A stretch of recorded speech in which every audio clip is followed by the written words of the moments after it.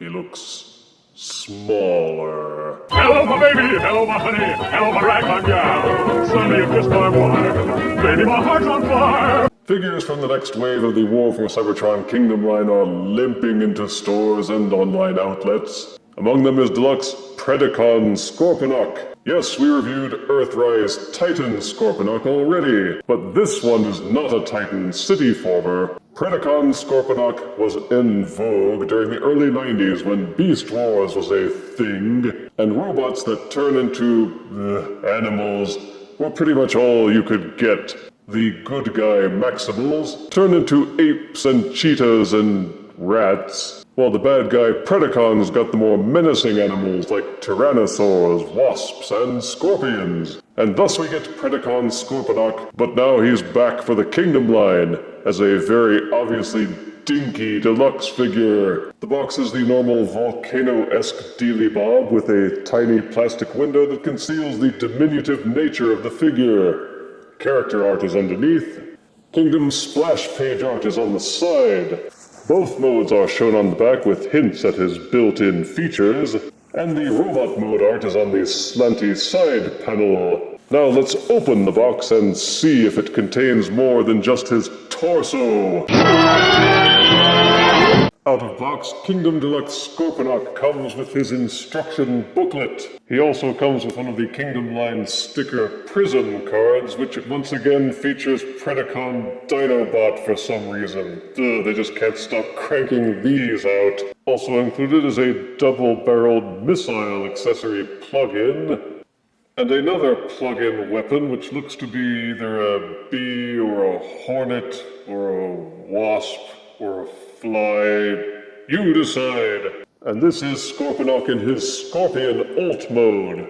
As you can see, it has a much more organic look than Earthrise Scorponok, which was full-on robotic. Well, this one tries to disguise it at least somewhat. His chitinous exoskeleton has some bumpy texturing and detail like you might see in reality. The colors are gray and purple with some red on the legs and on the stinger tip. And he's got his cute red little bug eyes with blood-encrusted fangs. Kiss me, kiss me.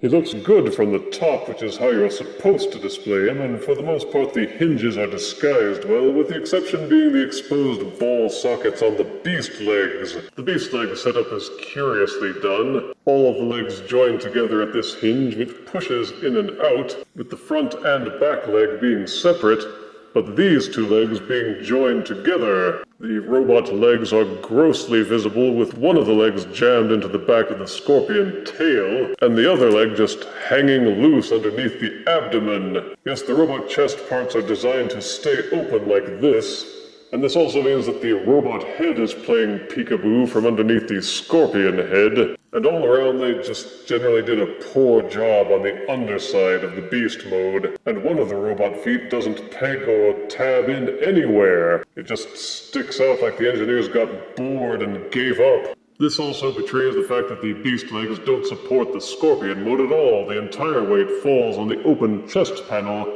and the robot foot. As nice as the scorpion leg may look from the top and the front, you still know all of this failure is spilling out underneath. Pretty lazy stuff, Hasbro. Boo! Most of the features revolve around the articulation. For example, if you open up the claws, you will find fabulous prizes inside. A 5mm port inside each claw, so you can plug in the missile and the bee accessories, or you can plug in fire blasts or any other War for Cybertron accessory which utilizes a 5mm peg. Oh, I'm afraid he couldn't be here. There is articulation to the beast mode. The head doesn't move, and the entire torso is frozen in place because of the leg joints and the way those line up. But each of the claws will rotate up and down. They will also swivel at mid-joint. They will bend at the elbow. The claws will do a full rotation. And of course, each claw will open and close.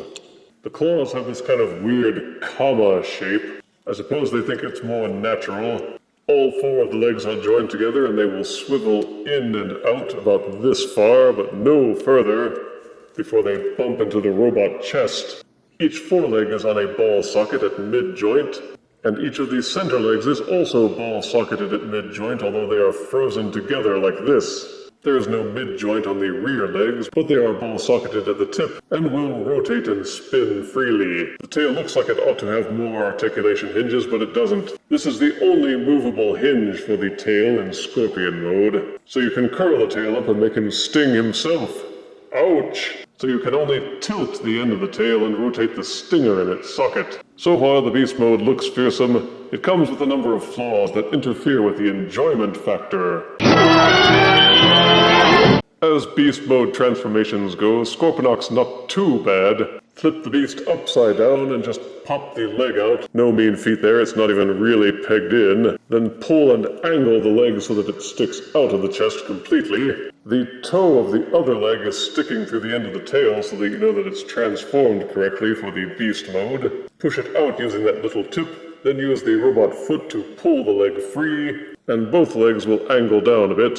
This will allow the Scorpion back section to flip upwards at this hinge, so that you can pull out the robot pelvis. There's an accordion hinge set on the inside. Flip it out so that the pelvis is extended, then give the waist a 90-degree twist so that the rough part of the pelvis is facing towards the open cavity of the chest. Angle down the legs and rotate so that these golden shin guards are facing forward. Flatten out the feet, pop the Scorpion carapace loose from the top. It will fold up and backwards a bit. There is this hinged section near the fangs. Rotate upwards and flip the head in so that it is concealed and covered. Then clamp this section back down. Tilt the Scorpion legs inward so that they are flush to the tail. And you can rotate and angle the legs, but it's most effective to tilt and rotate them so that the hinges allow them to hug himself. The rear legs extend out too much so they won't hug around the back like the rest of them do. It's best just to tilt them so that they angle up and lie as flush as possible against the other legs. Flip each shoulder down on these hinges,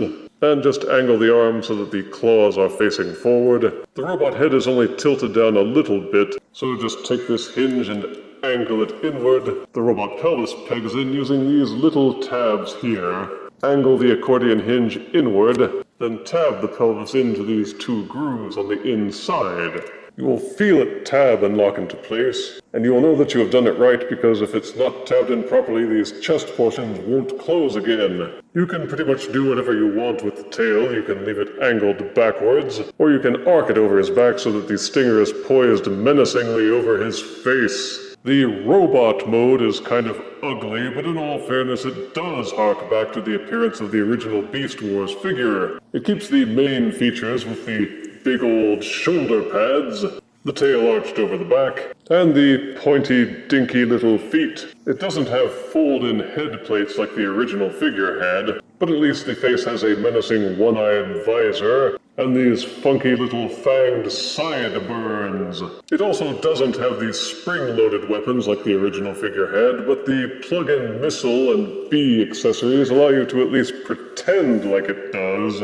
It's at least 2 inches shorter than the original Beast Wars figure and feels a lot lighter. It barely seems to have as much mass as one of the old Scout figures from the Reveal the Shield line, and the proportions are a bit squat, with a thick upper body, while the legs are spindly and stumpy. You can see hollowness in the backs of the legs and also the back of the tail. There is now some gold paint to set off the gray and the purple, and some silver on the face. Again, you can open and close the claws to display the weapons inside. You can keep the included accessories plugged into the claws, or use fire blasts or other accessories. The only other fire blast or accessory ports are on the bottoms of the feet, so your options to weaponize Scorponok are extremely limited with both modes. But at least the robot mode is decently articulated. The head will rotate a full 360 and also waggle back and forth a bit on a ball socket, though the fanged sideburns kind of get in the way of some of the movement. Each shoulder will rotate fully, and you can splay the arms outwards until they bump into the shoulder pads. Like with the Scorpion arm, you can rotate the upper bicep. The elbow will bend 90 degrees. Each claw hand will spin, and you can open and close the claws. The tail can be angled backwards at this joint, and the end of the tail will curl forwards and backwards. And the stinger maintains its free spinning ball socket features. You can still move these scorpion legs around, but it's best to leave them tucked back and hidden as much as possible. There is a full waist rotation, but it bumps into the kibble in the back quite a lot, so you can't get that full twist out of it. Each leg will kick forwards and backwards at the thigh. They'd rotate all the way around, except that the robot chest gets in the way, as well as the scorpion legs and the tail. The hips will also splay outwards until they bump into the scorpion legs. There's a mushroom peg upper thigh rotation. Each knee will rotate and also collapse in on itself because they're hollow and you can fit them together. And each foot will tilt side to side at the ankle. The left leg will fold downwards at the toe as part of the transformation. And the other foot is one solid piece and will tilt downwards as well. So it is possible to get some good posing out of Little Beast Wars Predacon Scorponok, if you're willing to make compromises. For size comparison, here's War for Cybertron Kingdom Deluxe Predacon Scorponok next to Earthrise Titan Scorponok. Here is Kingdom Deluxe Scorponok next to Robots in Disguise Paralon. And here is Kingdom Deluxe Predacon Scorponok next to one of my delicious scorpion-filled Wowie Pops.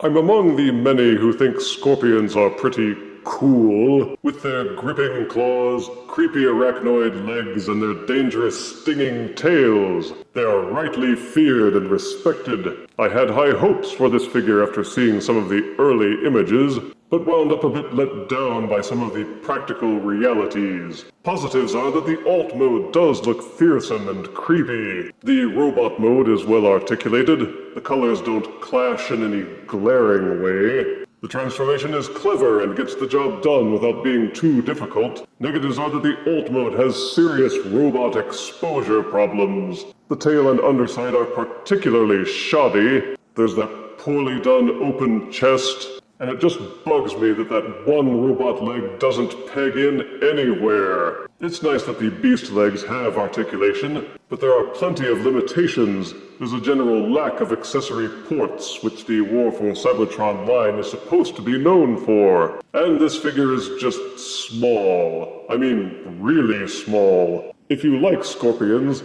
or were a fan of Generation 1 Beast Wars Scorponok, then the Kingdom War for Cybertron line Deluxe is one you should look out for. But if you're kind of meh on the whole Scorpion thing, or have no Beast War nostalgia, then this probably isn't the figure for you. And I give War for Cybertron Kingdom Deluxe Scorponok 6 out of 10 deaths. And that's the end of that tale. If you refuse me, honey, you lose me, then you'll be left alone, oh baby, tell them all, and tell me I'm your own.